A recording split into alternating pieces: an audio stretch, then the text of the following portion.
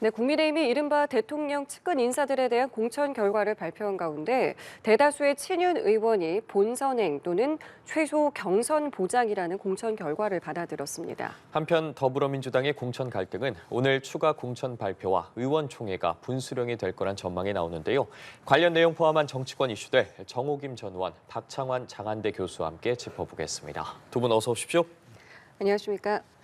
예, 국민의힘이 대통령 측근들에 대한 공천 결과를 비롯한 이제 공천 결과들을 속속 발표하고 있는데요. 먼저 이 친윤으로 이제 분류되는 인사들이 이제 최소 경선까지 올라간 이 부분에 대해서 먼저 좀 어떻게 보고 계시는지 여쭙겠습니다. 지금 민주당에 비해서 상대적으로 조용한 공천 과정을 지금 보여주고 있다라는 점에서 처음에는 점수를 받았었고요.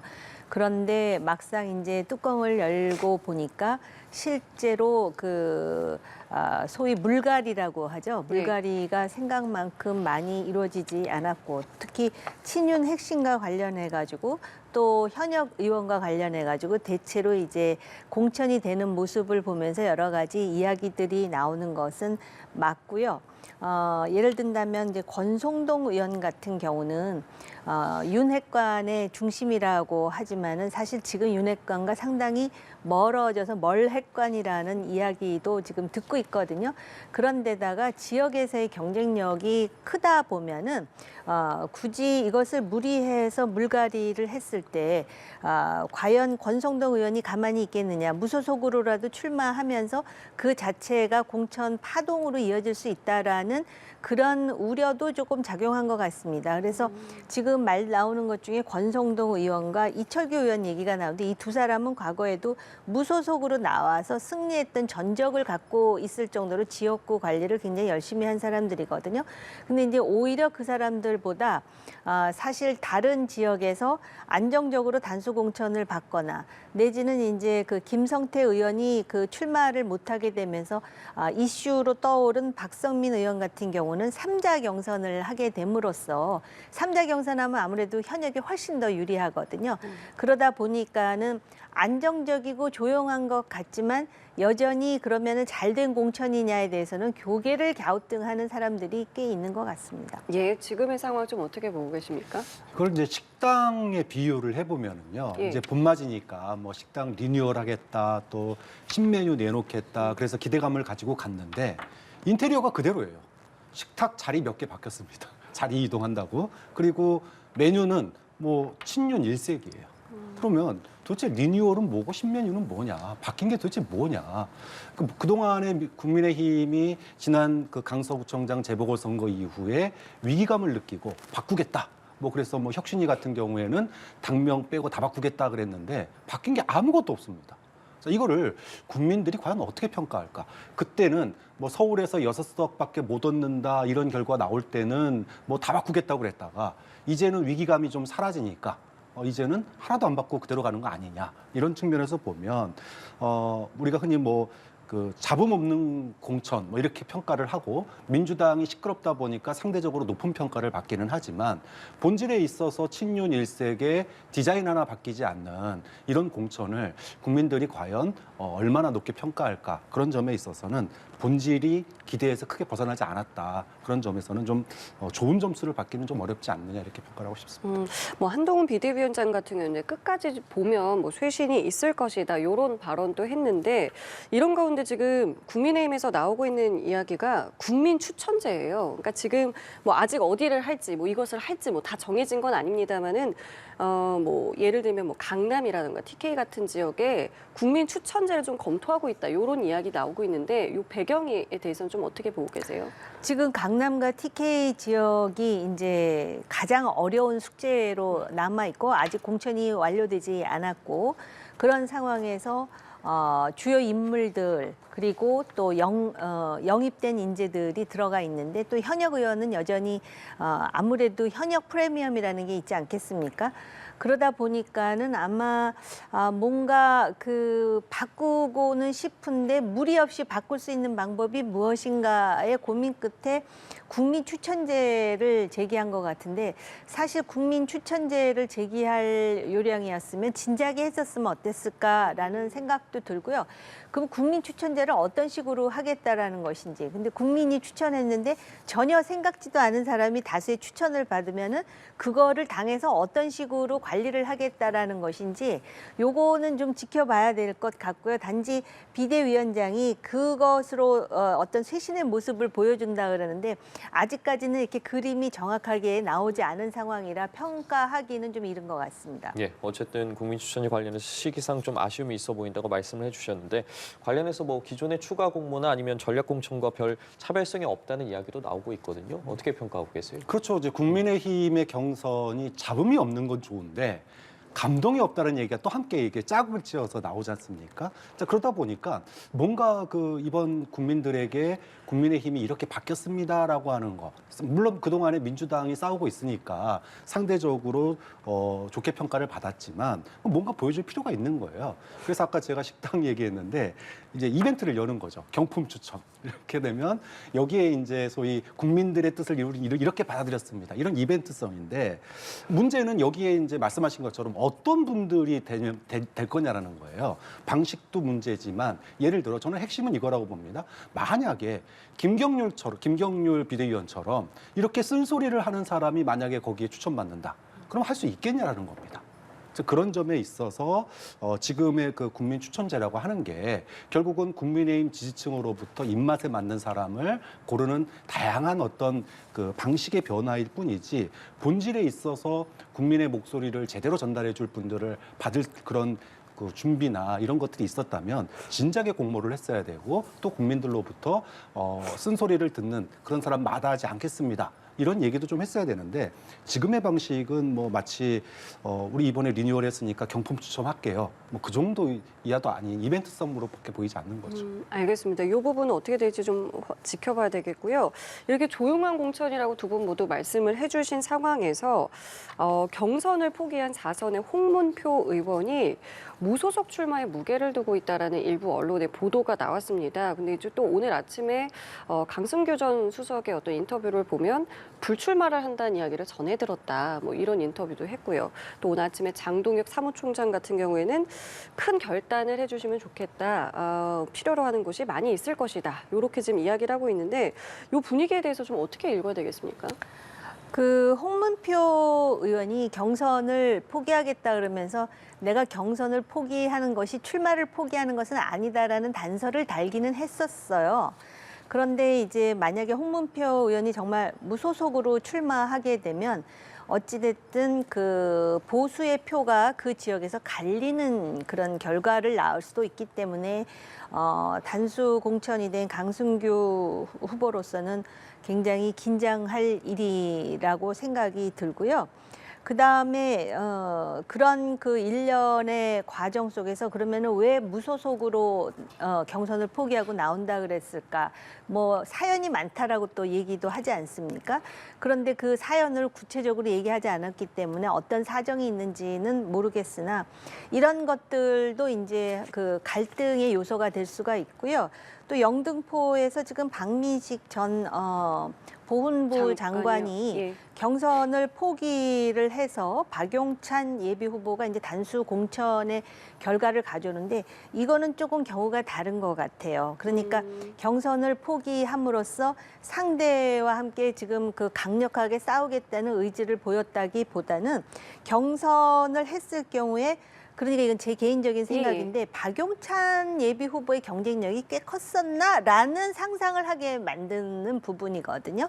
그래서 지금 이런 것들 외에도 지금 뭐 결국은 쇄신을 보여주는 공천을 하겠다 그러니까 기다릴 수밖에 없는데, 아무튼 그 지금 TK와 강남은 여전히 나름대로 뭐 그거의 정도의 차이는 있겠지만은 화약고 같은 마지막 과제 단계라고 생각이 들어요. 예, 일단은 그러면은 요 홍문표 의원의 이 관련해서 지금 여러 사람들의 어떤 전원들, 이야기들 요걸 종합해봤을 때 지금 어떤 상황이라고 좀 보면 되겠습니까?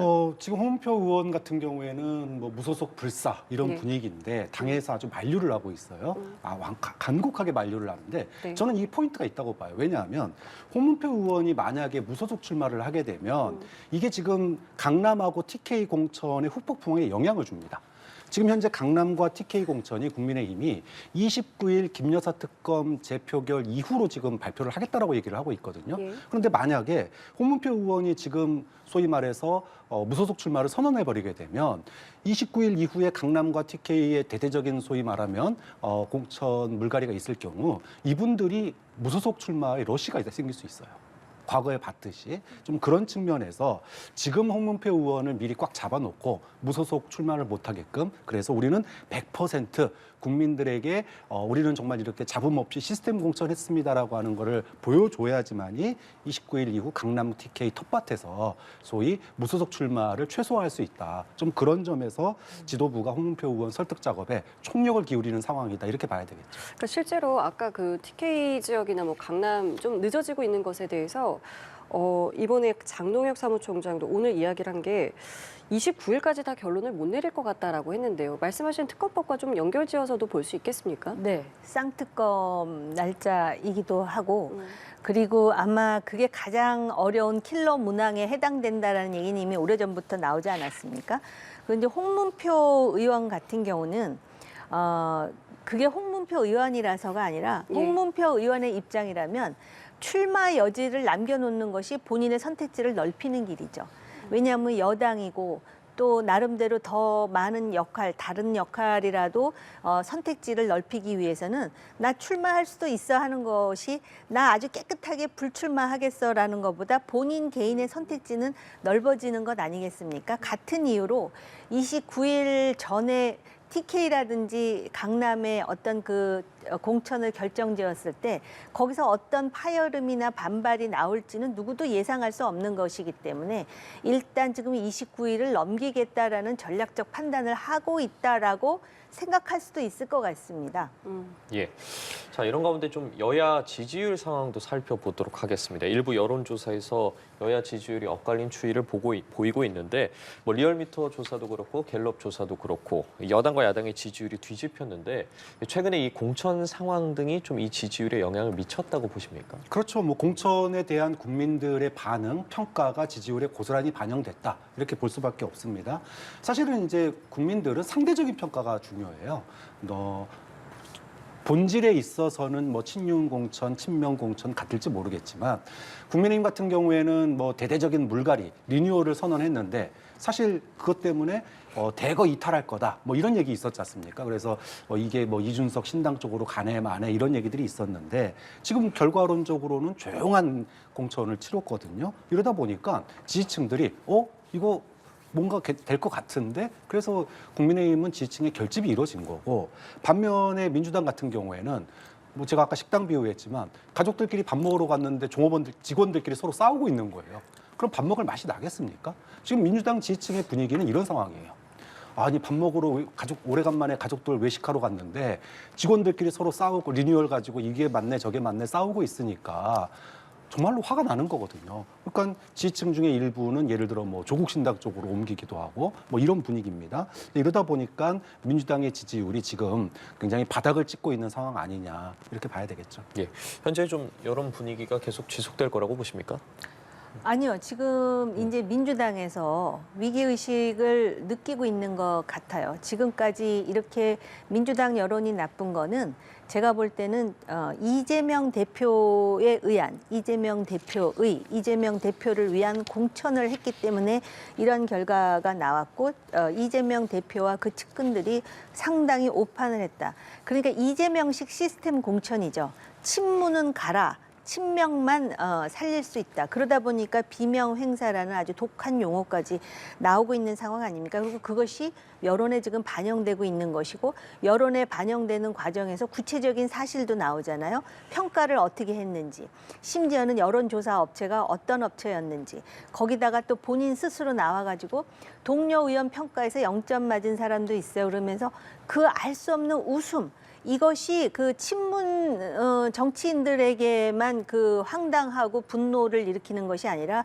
제3자, 유권자들의 입장에서 볼 때 저게 뭐지? 라는 생각을 줘서 지금 굉장히 많이 떨어졌고, 떨어졌다라는 것에 대해서 이제 의식하기 시작한 것 같아요. 그래서 임종석 전 실장에 대해서 어떻게 하느냐에 따라서 아, 이제 위기를 느꼈구나. 아니면은 그 위기 의식이 있음에도 불구하고 그냥 그대로 밀어붙이는구나를 판단할 수 있을 것 같아요.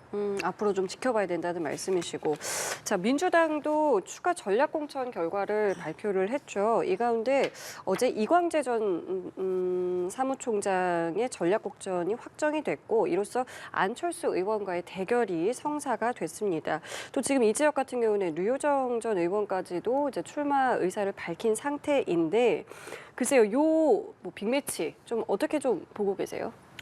천당 밑에 뭐 분당이라고 하잖아요. 예. 분당은 국민의힘에 굉장히 유리한 지역이에요.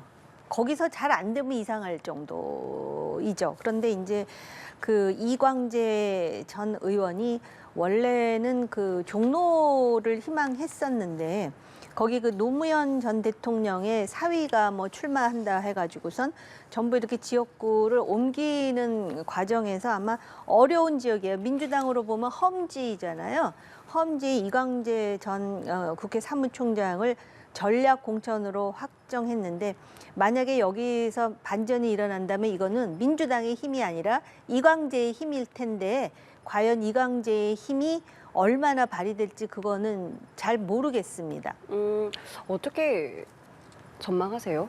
결국 이광재 전 사무총장, 국회 사무총장이 승리를 하려면 네. 정권 심판론의 바람이 강하게 불어야 됩니다.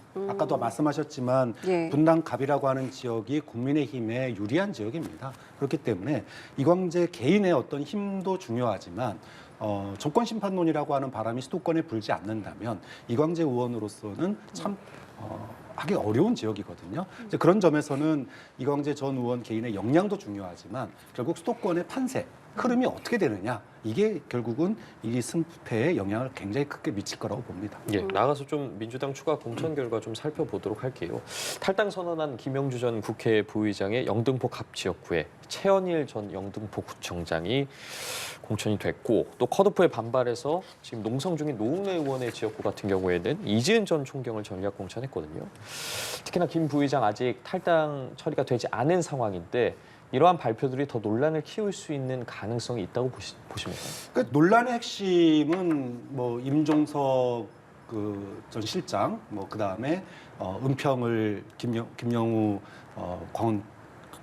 위원장, 강원도당 위원장, 그리고 소위 여전사 3인방 이렇게 몇 가지로 지금 남아 있는 부분들이 있습니다. 화약고가 있는데 근데 나머지 부분들은 이제는 조금 민주당이 위기 관리 차원으로 이제 들어갔어요. 그래서 이미 결과가 나온 상황이고 아직 탈당 절차가 마무리되지 않았지만 지금 민주당 지역구에서는 선거 며칠이나 남았다고 아직까지 공천 안 하냐, 이러다가 총선 어려워지는 거 아니냐, 이런 위기감이 많거든요. 그렇기 때문에 논란이 되는 지역구들은 고심을 거듭하면서 이번 주 안으로 결정이 나겠지만 나머지 지역은 빠르게 후보를 결정해야지만이 선거를 치를 수 있습니다. 그래서 뭐 논란이 있음에도 불구하고 영등포갑, 그다음에 마포 갑인가요? 노웅래 의원 지역구 예. 이런 예. 지역구 같은 경우에는 빨리 후보를 결정해야 소위 말해서 분위기를 수습하고 총선을 치를 수 있습니다. 그런 측면에서 민주당으로서는 뭐 불가피한 그런 뭐 전략 공천이다 이렇게 볼 수밖에 없겠죠. 예, 알겠습니다. 자, 이런 민주당의 어떤 공천 상황에 대해서 한동훈 비대위원장의 비판의 목소리는 점점 더 커지고 있습니다. 관련해서 어떤 발언들이 오고 가는지 함께 들어보시죠. 이재명 대 문재인. 하나, 둘, 셋. 이재명. 이재명 대 차은우. 하나, 둘, 셋. 이재명. 아, 이건 아니다, 진짜. 제가 취향은 존중합니다. 그렇지만 만약 우리 국민의힘의 후보 중에서 제가 차은우 씨보다 낫다라고 말하는 분이 있다면 우리 국민의힘에서는 절대 공천받지 못할 겁니다. 아주 높은 확률로 굉장한 거짓말쟁이거나 굉장한 아첨꾼일 거거든요. 비위 좋은 아부꾼만이 살아남을 수 있는 정글이 돼버린 것이 지금 이재명 대표의 민주당입니다. 예, 저렇게 이제 한동훈 비대위원장이 발언을 하고 난 뒤에 안규령 부대변인은 예능을 다큐로 받아들인다. 이렇게 또 맞받아쳤더라고요. 예능을 다큐로 받아들인다 하기에는 우리나라의 그 왜 이제 청소년들을 위한 사회 과목 있잖아요. 사회 과목 그렇게 가르치면 무슨 소용이 있을까 싶은 일들이 너무나 많이 일어나요. 그러니까 너 출세하려면 첫째 줄을 잘 서시오. 두 번째 아첨을 떨어라. 그 대표적인 예잖아요. 예능 다큐를 떠나서 누가 봐도 차은우하고 이재명 대표를 비교한다라는 것 자체도 물론 이제 그 예능이기 때문에 그랬지만 아무튼 그런 그 아첨에 가까운 뭐 예능 프로기 때문에 그렇다고는 하지만 이게 어떻게 그 사람들한테 이해가 되겠습니까? 그러니까는 정말 그 쓴웃음이 나오는 상황이기는 하죠. 그런데 모르겠습니다. 지금 그 이재명 대표 중심의 민주당의 당원들 분위기가 전부 그런 어떤 1인 치하의 그런 자체의 그런 분위기 속에서 어떻게 민주당이라는 그 당명을 그렇게 자랑스럽게 얘기할 수 있는지 조금 저는 씁쓸하다라는 생각이 들고 과연 이거를 정말 예능 얘기를 하시니까 여기서 이거를 비판하기도 정말 민망한 그런 상황입니다. 그러니까 사실은 이게 이제 어떤 이상형 이야기 이 직전에 그러니까 안규령 부대변인이 이제 전략 공천을 받으면서 이제 시작된 얘기인 거잖아요. 그 과정에 대해서 좀 어떻게 보셨습니까? 뭐 전략 공천은 말 그대로 그 당에서 전략적으로 예. 공천을 주는 거지 않습니까? 여기가 지금 사실은 그 인재근 여사 예. 의원이 이제 지역구를 남편이 돌아가시고 물려받아서 예. 지역구를 하시다가 이제는 이제 연령대도 그러시고 오랫동안 했기 때문에 당에 이제 어떻게 보면은 요청을 받으려서 물러나신 거고 그 자리에 사실은 국민의힘 후보가 젊은 정치인이에요. 김재섭 전 맞습니다. 최고위원이죠. 그러다 보니까 민주당 입장에서는 젊은 층의 그런 정치인을 가지고 매치를 시켜야 그래도 이제 좀 지지층의 어떤 호소력 이런 부분들이 생기니까 전략적으로 선택을 한 건데 근데 안규령 부대변인의 과거의 예능에서의 발언이 이제 그걸 딱 잘라서 이렇게 부각을 시키면서 마치 이제 아부나 아첨을 하지 않으면 공천 못 받는 것처럼 이런 이제 분위기를 했는데 우리가 어떤 영상을 볼 때는 그 앞뒤 맥락을 다 볼 필요가 있어요. 이제 그런 측면에서 너무 한 부분만 가지고 얘기하는 건 좀 그렇다. 다만 좀 한동훈 지금 비대위원장이 여당 대표잖아요. 근데 여당 대표가 총선을 국민을 위해서 뭔가 정책 비전을 내놓거나 국가를 어떻게 이끌겠다라고 하는 발언을 내놔도 부족한데 그런 발언보다는 하루에 한 번 이상 민주당을 비판하지 않으면 뭔가 할 말이 없는 것 같아요. 그러니까 이거는 마치 민주당을 비판하고 저주하기 위한 정치를 하는 건지 아니면 국민들에게 꿈과 희망을 주는 비전을 보여주는 정치를 하는 건지 헷갈릴 정도로 총선에서 여당 대표가 상대당 비난에만 너무 몰입하는 너무 과할 정도로 몰입하는 게 과연 이 정치의 수준이 과연 우리나라 정치의 수준이 어떻게 되는지 이런 부분도 한번 고민해 봐야 될 지점 아닌가 싶습니다. 예, 알겠습니다. 자, 그리고 앞서 임종석 전 실장 이야기해 주시면서 아마 임 전 실장의 거취 여부가 민주당의 어떤 변곡점이 될 수도 있다. 이번 총선과 관련해서 말씀을 해 주셨는데 아마 조만간 결정이 날 것으로 보이는데 네. 고민정 최고위원 같은 경우에도 계속해서 압박 수위를 높이고 있지 않습니까? 공관위에서 좀 어떤 결정을 내릴까요? 아마 이제 험지를 갔으면 하고 이제 계속해서 뭐 송파감 얘기도 하고 그랬었는데 아까 제가 분당 얘기도 했지만 송파라는 지역도 강남 3구 중에 하나 아니겠습니까? 그거는 진짜 격전지에서 싸워 이기라는 시그널이라고 보기 쉽지 않죠. 그런 상황인데 지금 이미 시간이 한계점에 도달해 있고 여기서 임종석 실장이 그리고 지금 굉장히 일관성 있게 자기는 이미 험지 출마까지도 얘기하려고 그랬는데 상대방이 아예 연락을 끊고 받지 않았을 뿐만 아니라 이제는 시간이 너무 지났다. 자기는 중성동 갑에 출마하겠다라는 입장을 분명히 하고 있는데 제가 볼 때는 오히려 여기서 임종석 전 실장에게 공천을 주는 것이 민주당의 지금까지 어떤 그 숙정 내지는 거의 그 살상에 가까운 이 공천 말입니다.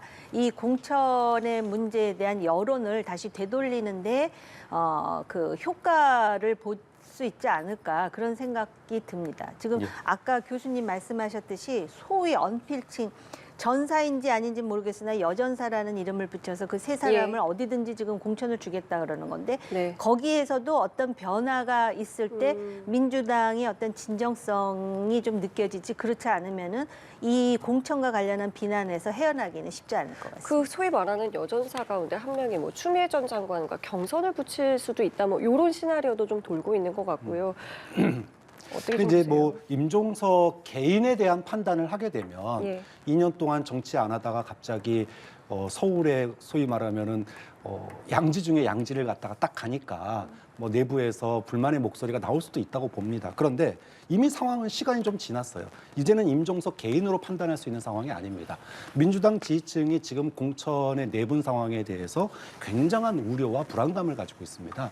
이거를 갖다가 임종석 개인에 대한 판단으로 보기에는 이미 시간이 많이 지났다. 그래서 지금 민주당 지도부에 임종석 공천이 결국은 정무적, 전략적으로 판단해야 될 상황이기 때문에 민주당 지도부가 이거를 좀 정말로 긍정적으로 좀 바라봐야 된다라는 목소리가 아마 굉장히 많이 전달된 걸로 알고 있어요.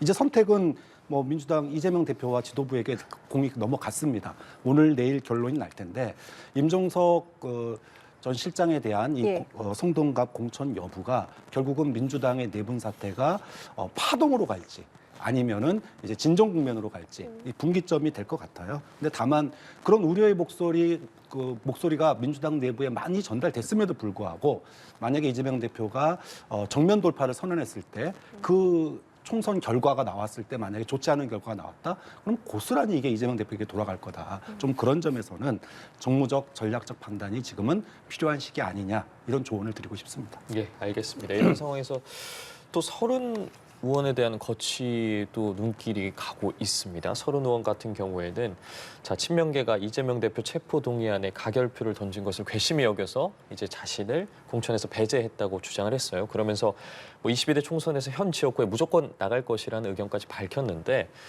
그렇게 되다 보니까 아무래도 오늘 오후에 있을 더불어민주당의 이제 의총 또 공관위가 추가 공천 발표를 어떻게 하느냐에 따라서 현재 분위기를 수습하냐, 아니면 대거 좀 이탈하는 인원이 나올 수 있냐, 이런 예측들도 나오고 있어요. 예, 그런데 이제 사실은 제3지대가 기다리고 있음에도 불구하고 각자가 이제 처한 경우의 수가 다르고 그리고 나름대로 합리적 선택을 하지 않겠습니까? 자기 이해에 따라.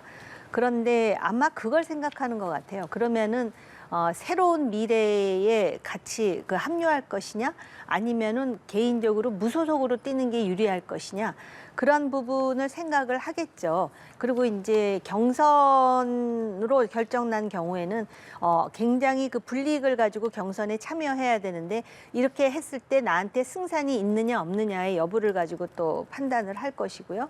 그래서 오늘 의총과 공관위에서 또 결론 나오는 것을 유권자들이 또 지켜보고 있지 않겠습니까? 그런데 제가 볼 때는 거의 오늘 내일이 임계점에 달한 것이다. 그러니까 이 임계선에서 과연 당 지도부가 어떤 선택을 하느냐에 따라서 이번 총선, 특히 총선에 있어서의 그 승부처는 수도권일 수밖에 없습니다. 지역구가 많고요. 그리고 수도권이라는 데가 뭐 야당이 유리하다고는 하지만 완전 유리한 곳이 아닙니다. 몇백 표 차이로 승패가 결론이 나는데 이런 식의 어떤 오만함이 그 중도층과 무동층을 상당히 움직일 수 있다라는 것이죠. 각자 지금 그 소위 집토끼라고 하는 유권자들은 거의 자기 마음을 결정한 상태인데 중간에 아직 결정을 내린 사람들이 어떤 바람을 타느냐인데 지금 민주당이 이 공천 때문에 상당히 점수를 깎아 먹었기 때문에 제가 볼 때는 오늘 내일이 굉장히 중요한 분기점이다라고 생각이 듭니다. 예,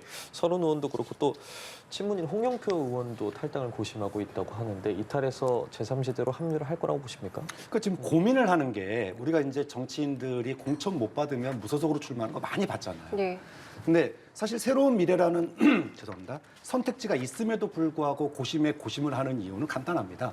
새로운 미래가 선택지가 되게 어렵기 때문이에요. 그러니까 소위 말해서 민주당 지지층이나 야당 지지 성향의 유권자들에게 대안으로 비춰지고 있지 못하기 때문에 지금 새로운 미래로 가는 것보다 무소속으로 가는 게 더 낫지 않을까 이런 고민을 하니라고 지금 늦어지고 있는 거고 이제 문제는 뭐 서른 의원도 어제 언론사 인터뷰에서 얘기를 했지만 몇 명이나 가느냐가 중요해요. 그러니까 뭐 공천에서 떨어진 분들 한두 분 뭐 이동하는 거는 사실 민주당에서는 뭐 병까지 상사입니다. 그럼 국민의힘도 마찬가지예요. 근데 문제는 예를 들어 뭐 5명, 10명 이렇게 집단으로 뭐 무소속 연대를 한다든가 또는 새로운 미래로 간다든가 이러면은 이 파급 효과가 굉장히 크죠. 반면에 이분들이 가더라도 뭐 한 두세 명 이렇게 뭐 같이 이동한다 이러면은 이게 민주당에 미칠 여파는 그렇게 크지 않을 거다.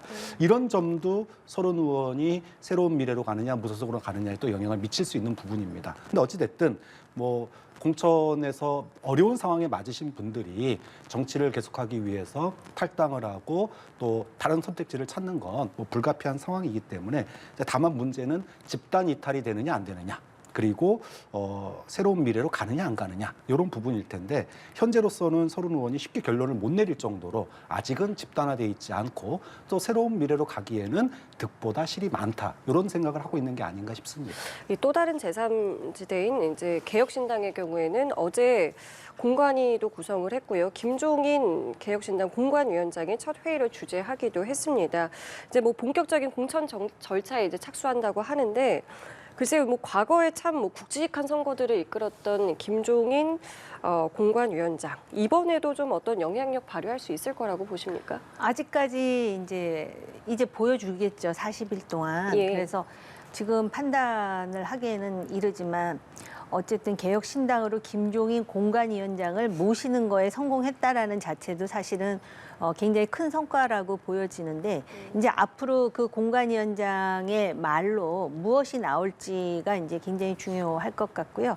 공관위원장이라고 하지만 제가 볼 때는 지금 개혁신당의 상황 같은 존재 아닐까라는 생각이 들어요. 왜냐하면은 이준석 대표가 그 명민함에도 불구하고 그 당을 통합하는 과정 그리고 다시 새로운 미래가 떨어져 나가는 과정에서 굉장히 그 민심을 잃은 측면이 있습니다. 그렇기 때문에 그 부분을 얼마만큼 이제 보완하면서 개혁적인 그런 공약이라든지 또는 전혀 새로운 그러한 그 개혁신당의 모습을 보여주느냐가 상당 부분 김종인 위원장의 어깨 위에 지금 있는 상황이 돼버렸거든요. 그래서 지금 판단하긴 이르다. 왜냐하면 40일이요. 결코 적은 일수가 아니에요. 그래서 민주당이나 국민의힘도 지금 굉장히 조마조마할 거라고 생각하고 여전히 여론이 그렇게 높지 않음에도 불구하고 뭐 쌍특검이라든지 그 날짜를 생각하면서 그 아직까지 TK라든지 강남 지역에 대한 공천을 미루고 있는 데에는 이 개혁신당의 잠재력에 대해서 아직까지 마음을 놓을 상황은 아니라고 판단하기 때문에 그렇습니다. 어떻게 좀 영향력이 좀 있을 거라고 보세요? 이번 총선에서도? 뭐 김종인 비대위원장도 참 어려운 상황이라는 걸 인정을 하시더라고요. 그러니까 지금 거대 양당은 시스템도 잘 돼 있고 인적 자원이 많으니까 잘 재배치만 하면은 새로운 모습을 보여줄 수 있지만 지금 이준석 신당 같은 경우에는 인적 자원도 없고 시스템도 없습니다. 그러다 보니까 결국은 정책 비전으로 승부를 봐야 되는데 지금 이제 공천이 끝나고 난 이후에 공약 홍수가 이루어질 거예요, 양당에서. 근데 우리 공약이라는 게 항상 그렇지만 여당이든 야당이든 거의 비슷비슷한 공약을 내놓거든요. 자, 이런 것 속에서 과연 이준석 신당이 얼마만큼의 차별화를 이뤄낼 수 있겠느냐. 좀 그런 점에서 굉장히 한계가 많고 또 사실은 뭐 원내 교섭단체만 달성해도 이거는 큰 성공이다라고 평가할 만하거든요. 좀 그런 점에서 굉장히 어려운 상황, 어려운 분위기에서 개혁신당이 지금 선거를 치르고 있다 이렇게 평가할 수밖에 없겠죠. 알겠습니다. 두 분 말씀 여기까지 함께하겠습니다. 오늘 감사합니다.